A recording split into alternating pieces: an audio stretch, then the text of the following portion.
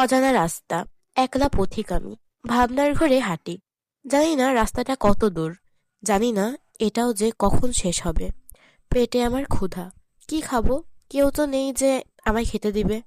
আর পারছি না হাঁটতে, শরীরে নাই শক্তি, হাঁটি কি করে? মেন রোডের বাম পাশেই একটা বড় গাছ দেখা যাচ্ছে। কোনো রকম সেখানে গিয়ে গাছের সাথে হেলান দিয়ে বসলাম, সাথে সাথে ঘুমিয়ে গেলাম। কখন যে অজ্ঞান হয়ে গেছি আমি নিজেও জানি না। জ্ঞান আসার পর চোখ খুলে দেখি চারদিকে অন্ধকার। শুয়ে আছি আমি একটা বিছানায়। কোনো রকম উঠে বসলাম, প্রচুর ভয় করছে। আমি এখানে কি করে? এইটা কার বাসা? কোথায় আমি? আমার তো মাথা ব্যথা করতেছে এইসব ভেবে ভেবে। হঠাৎ কে যেন আসলো আমার রুমে। সাথে সাথে পায়ের শব্দ পেয়ে ডান দিকে তাকালাম। একটা ছেলে রুমের লাইট জ্বালিয়ে দিল।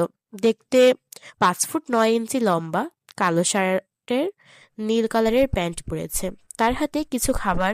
আমার সামনে এসে দাঁড়িয়ে বলল, এখানে গরম গরম খাবার আছে, খেয়ে নিন, আমি পানি নিয়ে আসছি। তার কথা শুনে আমি আর কিছুই বললাম না। এই ছেলে আবার কে?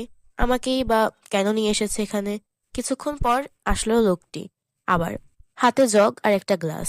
টেবিলের উপর রেখে চলে যাচ্ছে আর বলল, বসে না থেকে খান, অনেক কষ্ট করে গরম করে নিয়ে এসেছি। তার কথা শুনে জিজ্ঞেস করলাম, আপনি কে? শুনছে কিনা আল্লাহই জানে, চলে গেল কেন? আমার কথা কি উনি শোনেন নাই? কি আর করার, খাওয়া শুরু করি, কাল সকালে জেনে নিব। খাওয়া দাওয়া শেষ করে ঘুমিয়ে পড়লাম। হঠাৎ দরজায় ঠকঠক আওয়াজ শুনে আমার ঘুম ভেঙে গেল। এত রাতে কে আসতে পারে? ভয়ে আমার বুক ধকধক করছে।